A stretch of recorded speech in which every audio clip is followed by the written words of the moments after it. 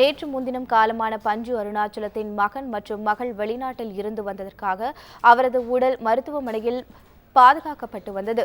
அவர்கள் சென்னை வந்து சேர்ந்துள்ள நிலையில் இன்று பஞ்சு அருணாச்சலத்தின் உடல் தகனம் செய்யப்பட உள்ளது. இதனை முன்னிட்டு அவரது உடல் இறுதி அஞ்சலிக்காக தியாகராய நகரில் உள்ள இல்லத்தில் வைக்கப்பட்டுள்ளது. பஞ்சு அருணாச்சலம் உடலுக்கு தேமுதிக தலைவர் விஜயகாந்த், கவிஞர் வைரமுத்து, நகைச்சுவை நடிகர் செந்தில் உள்ளிட்ட திரையுலகினர் அவரது உடலுக்கு அஞ்சலி செலுத்தினர். இன்னும் சில ஆண்டுகளுக்கு திரைப்பணி ஆற்றுவார் என்று நம்பினோம். ஆனால் காலத்தின் கணக்கு வேறாக இருந்தது. திரையுலகில் கலைக்கும் மொழிக்கும் அவர்களுக்கு மரணம் இல்லை, உடல் மட்டும்தான் மரணமுறும். அவர்களின் பணிகள் காலத்தால் நினைக்கப்படும்.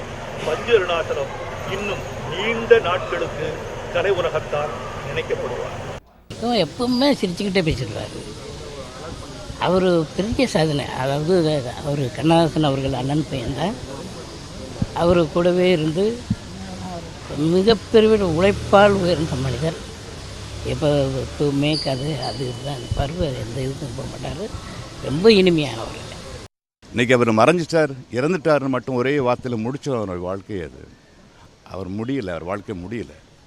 அவருடைய படங்களை இன்றைக்கி திரைப்படத்துறையில் ஆர்வம் உள்ள மாணவர்கள் எல்லாரும் அவருடைய பழைய படங்களெல்லாம் எடுத்து பார்த்தால்தான் அவர் என்ன சாதனை பண்ணார், நான் சொன்னது எந்த அளவுக்கு உண்மைங்கிறது நீங்கள் உணர்வீங்க. அது ஸோ பஞ்சு அருணாச்சலம் அவர்கள் இறந்துட்டார் போயிட்டார்னு சொல்கிறது இல்லை, தப்புன்னு நினைக்கிறேன். அது என்னால் நம்பவும் முடியல, ஏற்றுக்க முடியல.